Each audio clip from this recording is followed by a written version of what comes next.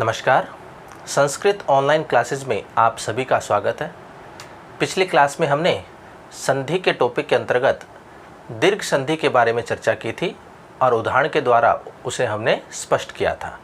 आज हम दीर्घ संधि के कुछ अपवाद हैं, उन उदाहरणों के बारे में जानेंगे। तो देखिए, आज हम बात कर रहे हैं दीर्घ संधि के अपवाद।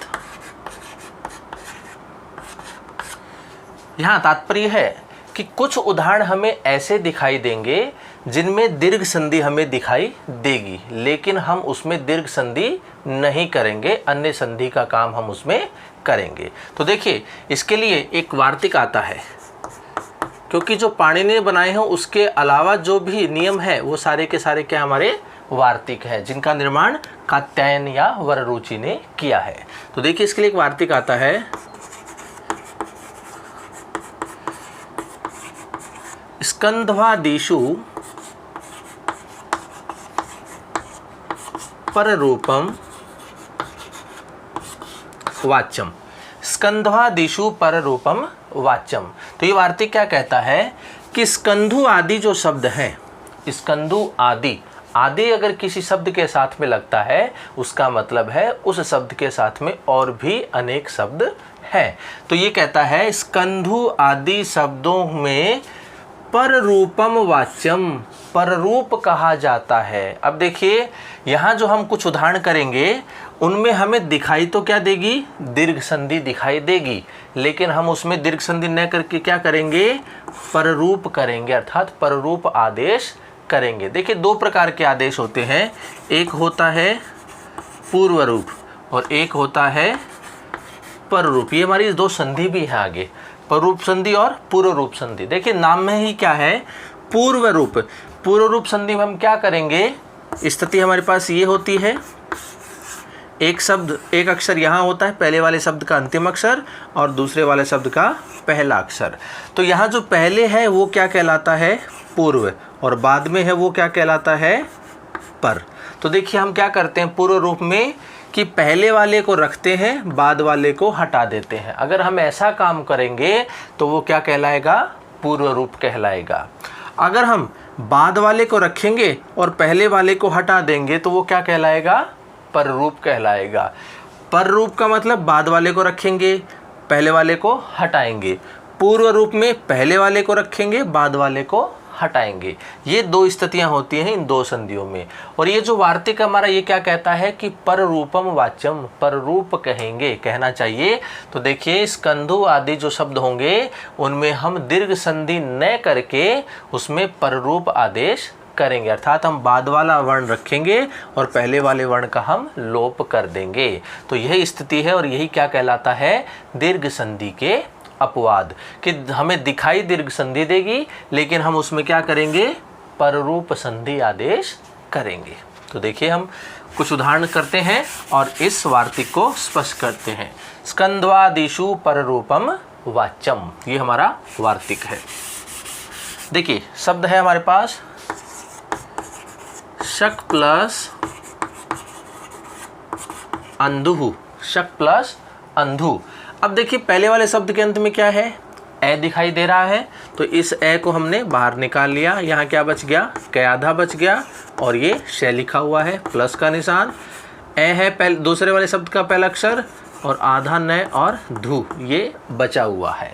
तो देखिए, हमारे दीर्घ संधि क्या कहती है, सवर्ण होने चाहिए। तो हमें देखिए यहाँ पर सवर्ण दिखाई दे रहे हैं, लेकिन हमारा वार्तिक क्या कहता है, स्कंधु आदि जो शब्द होंगे हम उसमें पररूप आदेश करेंगे। तो पररूप आदेश करेंगे, इसका मतलब हम इस ए को रखेंगे और इस ए का क्या कर देंगे, लोप कर देंगे, इसको हम यहाँ से हटा देंगे। तो अब स्थिति हमारे पास क्या बच गई, शक प्लस, अब ये यहाँ से हट गया तो क्या बच गया, अंधु, ये स्थिति बच गई। अब देखिए, हम इनका क्या करेंगे, वर्ण सम्मेलन कर देंगे। तो यहाँ पहले वाला अक्षर जैसा है वैसा का वैसा, कै आधा है, आगे ए स्वर है, आकर के मिलेगा तो क्या, कै पूरा हो जाएगा और आधा न और धु बचा हुआ है, तो ये क्या बन गया, स्कंधु। तो शक प्लस अंधु बराबर क्या होगा, स्कंधु। शक जाति के जो लोग होते हैं उनको कहते हैं स्कंधु। तो यहाँ शक प्लस अंधु मिलकर के यहाँ शकांधु नहीं होगा, क्योंकि दिखाई तो दीर्घ संधि दे रही है कि अगर हम यहाँ भी ए है यहाँ भी ए है तो दोनों के स्थान पर हम क्या कर दें, आ कर दें, लेकिन ऐसा नहीं है। यही तो क्या कहलाएंगे, हमारे अपवाद कहलाते हैं। तो शक प्लस अंधु क्या बनता है, स्कंधु बनता है। और उदाहरण देखिए, इसी प्रकार से कर्क प्लस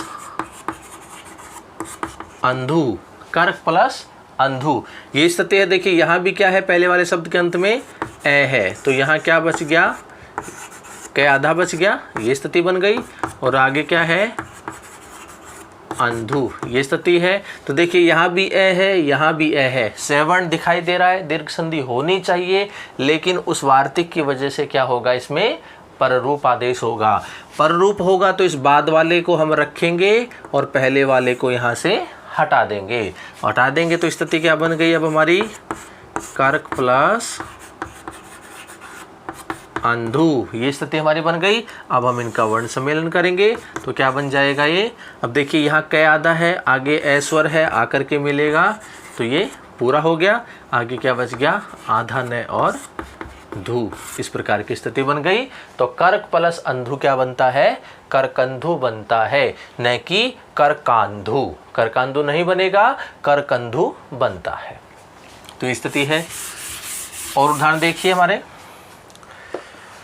सबसे इंपॉर्टेंट उदाहरण आता है ये, मनस प्लस ईशा, मनस प्लस ईशा।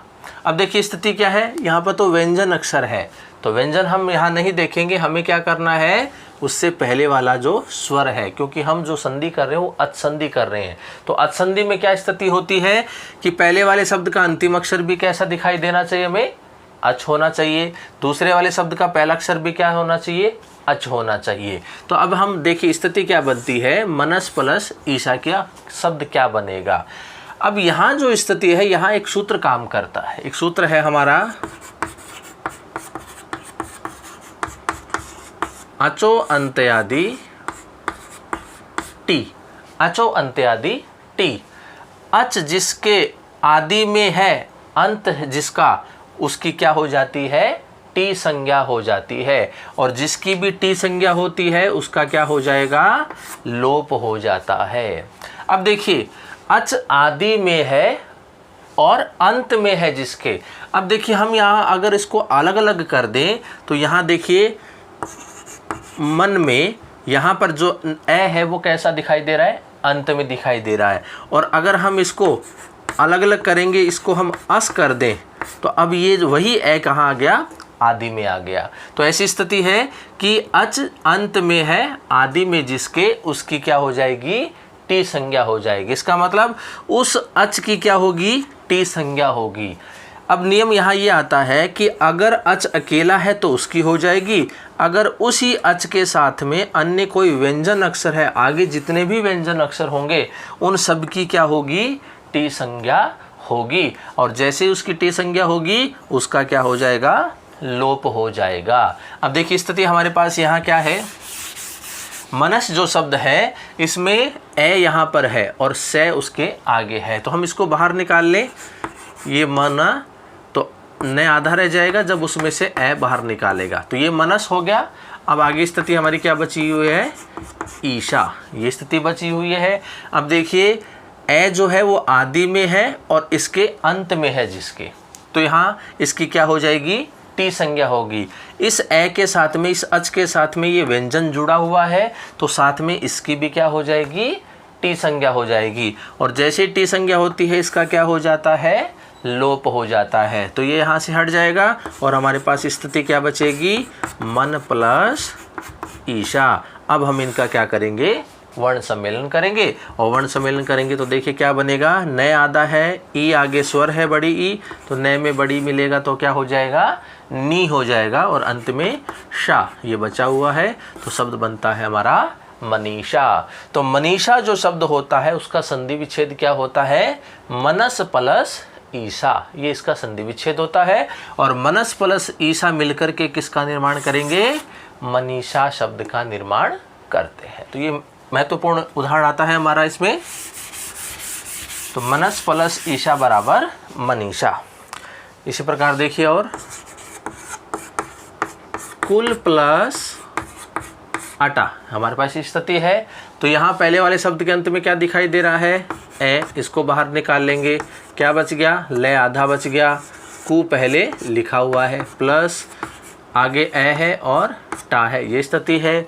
दोनों सेवर्ण दिखाई दे रहे हैं, दोनों में क्या होना चाहिए? दीर्घ संधि होनी चाहिए। लेकिन स्कंध्वादिषु पररूपम वाच्यम, इस वार्तिक की वजह से क्या होगा? इसमें पररूप आदेश होगा। तो पररूप होगा तो बाद वाले को रखेंगे, पहले वाले को हटा देंगे। तो हटाने के बाद हमारी स्थिति क्या रहती है? कुल प्लस अटा। अब हम इनका वर्ण सम्मेलन करेंगे तो ये क्या बनेगा? लय आधा है, आगे ऐश्वर है, आकर के मिलेगा तो ये बन जाएगा कुलटा। तो ये शब्द बनता है कुल प्लस अटा, कुलाटा नहीं बनेगा, कुलटा बनेगा। तो ये स्कंध्वादिषु पररूपम वाच्यम, इस वार्तिक की सहायता से ऐसे शब्द बनते हैं। और देखिए, सीम प्लस अंत है, सीम प्लस अंत है। अब देखिए, यहाँ दीर्घ संधि भी होती है और यहाँ पररूप आदेश भी होता है। इसके दोनों प्रकार के शब्द बनते हैं।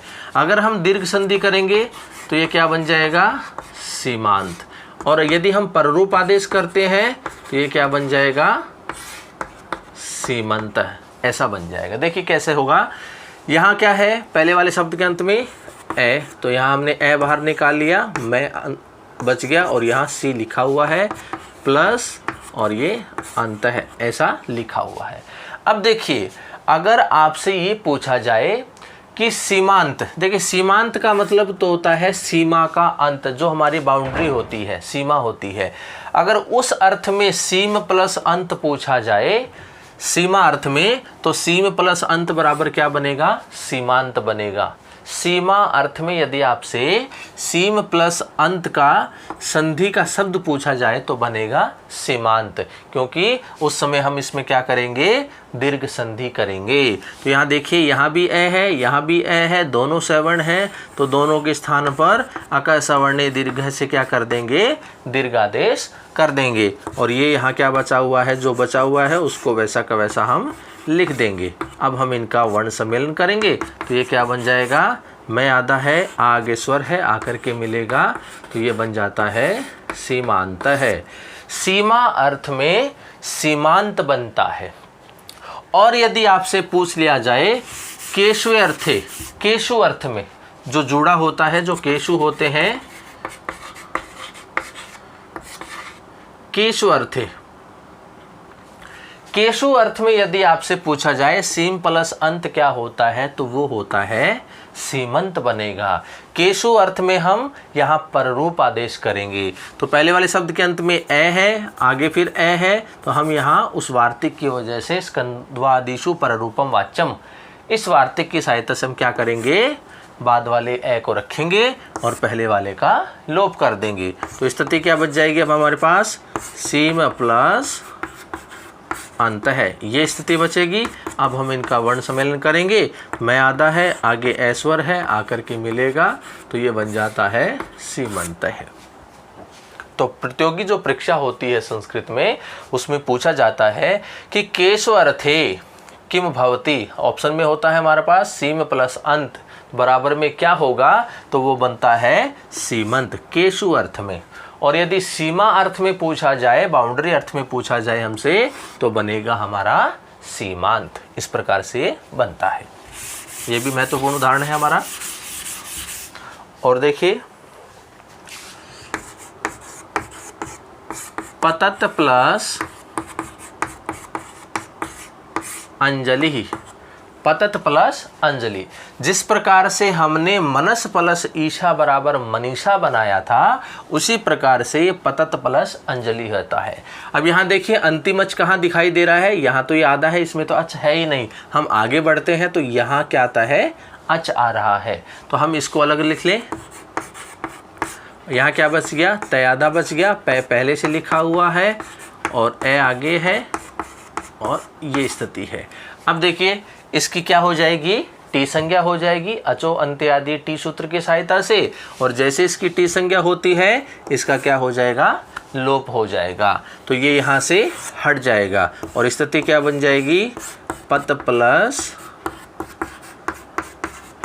अंजलि, ये स्थिति बन गई। अब हम इनका वर्ण सम्मेलन करेंगे। वर्ण सम्मेलन करेंगे तो देखिए तय आधा है, आगे ए स्वर है, तो ये बनेगा पतंजलि, ये शब्द बन जाता है। तो पतंजलि जो शब्द होता है उसका संधि विच्छेद होता है पतत प्लस अंजलि, और पतत प्लस अंजलि क्या बनेगा, पतंजलि। इस प्रकार से शब्द बनता है। तो ये कुछ उदाहरण हैं जो दीर्घ संधि के अपवाद के रूप में पहचाने जाते हैं।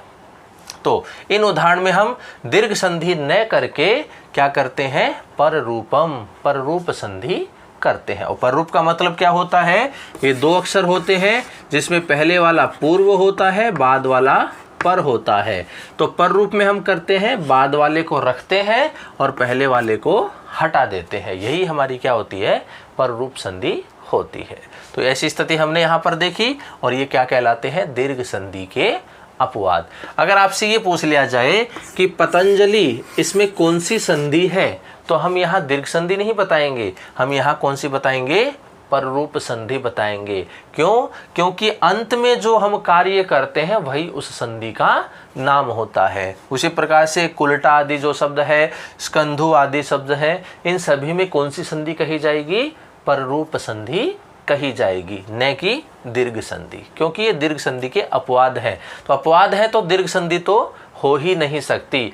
तो हम अंत में जो कार्य करते हैं वही उस संधि का क्या नाम हो, वही उस संधि का नाम होता है। तो इन सब में हम पर रूप आदेश करते हैं, इसलिए इस संधि का नाम होता है हमारा पर रूप संधि। ठीक है, तो ये हुआ हमारा दीर्घ संधि के अपवाद। अब हम अगली संधि की बात करेंगे। जो हमारी अच संधि में अगली संधि है वो है गुण संधि।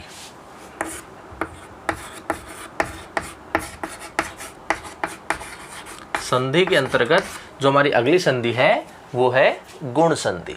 अब देखिए गुण संधि के अंतर्गत दो सूत्र आते हैं, एक आता है अदेंग गुण और दूसरा आता है आद गुण। इन दोनों सूत्र को समझते हैं पहले कि ये दोनों सूत्र क्या हैं। अब देखिए प्रश्न आपसे ये पूछ लिया जाए कि गुण संधि या गुण संज्ञक विधायक सूत्र क्या है, गुण संज्ञक विधायक सूत्र क्या है। अब गुण संज्ञा करने वाला, हम ऐसा भी बोल सकते हैं गुण संज्ञा करने वाला सूत्र कौन सा है, तो हमारा जो आंसर होगा वो होगा अदेंग गुण है। गुण संज्ञा करने वाला सूत्र कौन सा होगा, अदेंग गुण है। और आपसे प्रश्न पूछ लिया जाए गुण विधायक सूत्रम अस्ति कह अस्ति, तो गुण विधायक सूत्र कौन सा है, अर्थात गुण करने वाला सूत्र कौन सा है। ये तो करेगा गुण संज्ञा और ये सूत्र क्या करेगा, ये गुण करेगा।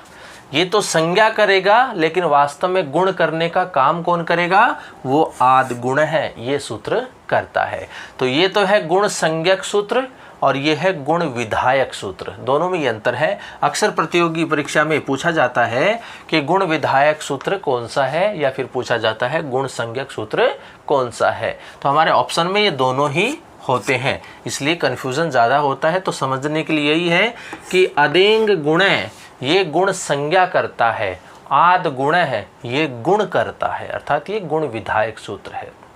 अब देखिए जो सूत्र है अदेंग गुण है, प्रश्न ये भी बनता है, इसी सूत्र से निकलेगा हमारा आंसर कि गुण संज्ञक वर्ण कितने होते हैं और कौन कौन से होते हैं। गुण संज्ञक वर्ण कितने होते हैं और कौन कौन से होते हैं। तो देखिए इस सूत्र से हम इस क्वेश्चन का आंसर निकालते हैं।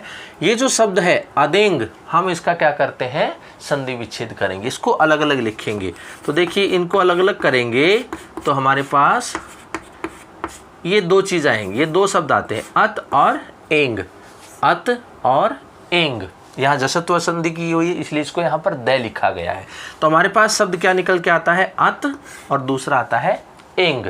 अब अत का मतलब क्या होता है कि जिस किसी वर्ण के साथ में तय इस प्रकार से आधा लग जाए तो हम केवल उसका मतलब उस वर्ण से ही लेते हैं। तो यहाँ जो तय लगा है वो किसके साथ में है, ए के साथ में लगा है, तो इसका मतलब क्या हो गया, ए हो गया। एंग, एंग क्या होता है ये हम माहेश्वरी सूत्रों में देखते हैं। इसका मतलब हुआ ए से लेकर के न तक के जो वर्ण होंगे वो सारे एंग होंगे। तो एंग के अंतर्गत केवल मात्र दो ही वर्ण शामिल होते हैं, ए और ओ, यही होते हैं। क्योंकि हमारा सूत्र आता है माहेश्वरी सूत्रों में एओंग, तो एओंग आता है तो ए ओ, ये दो ही वर्ण इसमें शामिल होते हैं। तो देखिए हमारा, और ये आगे गुण है। तो प्रश्न था हमारा गुण संज्ञक वर्ण कितने होते हैं। तो देखिए आंसर आ गया 1, 2 और 3। तो गुण संज्ञक वर्ण कितने होते हैं, 3 होते हैं। और कौन कौन से होते हैं, ए और ओ, ये 3 वर्ण होते हैं गुण संज्ञक। तो गुण संज्ञक वर्ण कितने होंगे, 3 होंगे। कौन कौन से होंगे, ए और ओ, ये 3 होते हैं। तो गुण संज्ञक सूत्र हो गया हमारा अदेंग गुण है। गुण कितने होते, गुण संज्ञक वर्ण कितने होते हैं, 3 होते हैं। कौन कौन से होते हैं, ए और ओ होते हैं।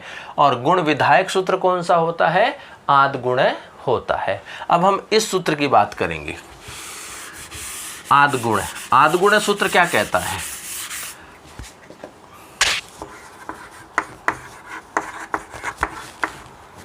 आद गुण है। देखिए इस सूत्र क्या कहता है, आद गुण जो है ये कहता है कि ए वर्ण से, क्या है, ए वर्ण से। अब यहाँ जो ए वर्ण से है इसका तात्पर्य है ह्रस्व ए और दीर्घ ए, जिसको हम आ कहते हैं। ए वर्ण से अच परे होने पर पूर्व एवं पर दोनों के स्थान पर गुण एकादेश होता है। ए वर्ण से, ए वर्ण का मतलब हो गया ए और आ से, अच परे होने पर पूर्व एवं पर दोनों के स्थान पर गुण एकादेश होता है। अब देखिए जो परिभाषा क्या कहती है, हमारे पास इस तरह से दो शब्द होते हैं। ये कहता है ए वर्ण से, ए या आ, इसका मतलब हो गया कि पहले वाला जो शब्द है उसका अंतिम अक्षर क्या होगा, या तो ए होगा या आ होगा। तो ए वर्ण से अच परे होने पर, इसका मतलब ये हो गया कि दूसरे वाले शब्द का पहला अक्षर क्या होगा, अच होगा। तो पूर्व एवं पर, इसका मतलब हुआ ये हो गया पूर्व और ये हो गया पर, दोनों के स्थान पर, अब ये हो गया दोनों के स्थान पर गुण एक आदेश होता है। अब यहाँ जो आदेश करेंगे वो दोनों वर्ण मिलकर के जिस भी वर्ण का निर्माण करेंगे वो क्या कहलाएगा, उसका गुण आदेश कहलाएगा। तो यही क्या होती है, हमारी गुण संधि होती है कि ए वर्ण से अच परे होने पर पूर्व एवं पर दोनों के स्थान पर गुण एकादेश होता है। अब देखिए इसने कहा कि अच परे होने पर, अब अच में तो ए, ई, उ, री, लृ, ए, ओ, ऐ, औ, ये 9 वर्ण शामिल होते हैं। तो हम यहाँ अच से तात्पर्य नो के 9 वर्ण नहीं लेंगे, क्योंकि अगर हमने यहाँ तो हमारे पास क्या होगा, ए या आ होगा। यदि हमने इस अच में ए यहाँ ले लिया तो गुण संधि नहीं होगी, फिर तो दीर्घ संधि हो जाएगी। इसका मतलब हो गया, देखिए हमारे अच में क्या क्या शामिल होता है, ए, ई, उ, री, लृ, ए, ओ, ऐ और औ, ये वर्ण शामिल होते हैं। ये कहता है अच परे होने पर, इसका मतलब दूसरे वाला जो शब्द है उसका पहला अक्षर इनमें से कोई एक होना चाहिए, लेकिन गुण संधि के अंतर्गत हम इन 9 वर्णों की बात नहीं कर सकते। क्योंकि देखिए अगर हमने अच में से इस ए को मान लिया तो यहाँ तो फिर दीर्घ संधि हो जाएगी, लेकिन हम क्या कर रहे हैं, गुण संधि। इसका मतलब है यहाँ जो अच है उसमें हम ए नहीं मानेंगे। इसी प्रकार से ए, ओ, आई और औ ये भी यहाँ अच के स्थान पर नहीं मान सकते। अगर हम ए, ओ, आई और औ यदि यहाँ मानते हैं तो यहाँ फिर वृद्धि संधि हो जाएगी, जो हम आगे करेंगे। तो गुण संधि के अंतर्गत हम केवल इन 4 वर्णों की ही बात करेंगे।